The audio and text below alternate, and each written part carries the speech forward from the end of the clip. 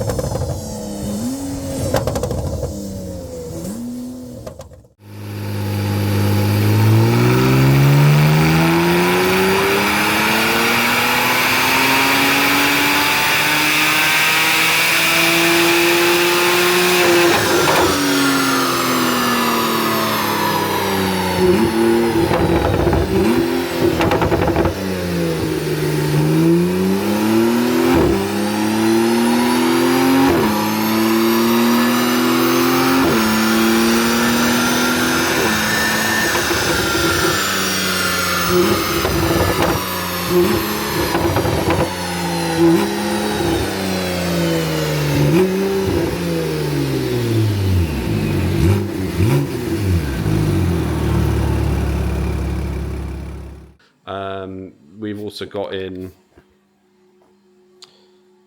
V10 Spider. This one's actually in for rear suspension, but it's a pain in the butt because the rear suspension is all on back order, so that is annoying. Couple of other bits. What I'll do, I'll quickly just fire up the lights in the other workshop and show you some other bits. Right, please excuse the mess guys are working on. How about this? Bentley Bentayga W12 actuator on the turbo's gone. And of course, to get to them, you have to basically drop the whole engine and gearbox. This is pretty cool. This is something that I'm waiting for the guys to pick up. Basically, a customer of ours had a W204 C63, and it did what these are quite common to do when you don't change the injectors. It hydrolocked, so engine is kaput. So we've taken cams and the heads and everything off. And basically, how random is this, right? So basically, we got the engine, started stripping it down, and I thought, we've got an engine table in the waiting room. And I think it's just is it like a 3.9, just a Rover V8. And I always thought, I'd love an AMG C63 or E63 engine table. So I was like, sweet. Start stripping it down. That very night, Tim, Shmee150, messages me and says, random, out of the blue, you don't happen to know anyone who's got an M156 engine, one of these, so I can turn it into a table. And I was like, I was literally just about to do that. So what we've done, Tim's getting it off of us, and yeah, he is going to turn it into an engine table. So expect that think they're going to pick up in a couple of weeks. I think he's back from the US, and then I think he's doing some bits in Europe for a couple of weeks, so probably early July. I'll film it when Brad comes and picks it up. So yeah, the other bits, like I say, please excuse the mess. We've been having a big old sort out. A load of stuff arrived for customers' cars. So yeah, this is really just like a little short little update. Oh man, what bits have we had in? Oh, really nice Aventador, Roadster, customer of ours. He's not been driving it too much, and then it was having some weird issues with the car wouldn't start. So we thought, well, it's sat at a place for a year. Thought perhaps dead battery, new battery. Excuse me. Next day, the car didn't start again. So it was an issue of like the control unit of the supercapacitor, and basically we opened it up, and the control unit, which controls, it's like the overheat aero system. When the panels flick up, they don't really do it here in the UK, but in the States, like California, places like that, they will open up if the cars get too hot.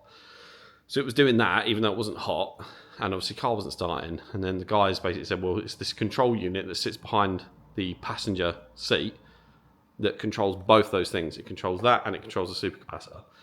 Anyway, we've got it out. He's obviously got a leak in his roof, and it's gone, and it's literally filled the CCU up. I'll dig out the video and I'll put it in, but it was literally like we cracked it open and it was full of water. Oh my God. So the boys sorted that out, and then Chris, the owner of the car, just kindly said, look, if I've got a free morning, can I stick it on the rollers? So I will add that video in now.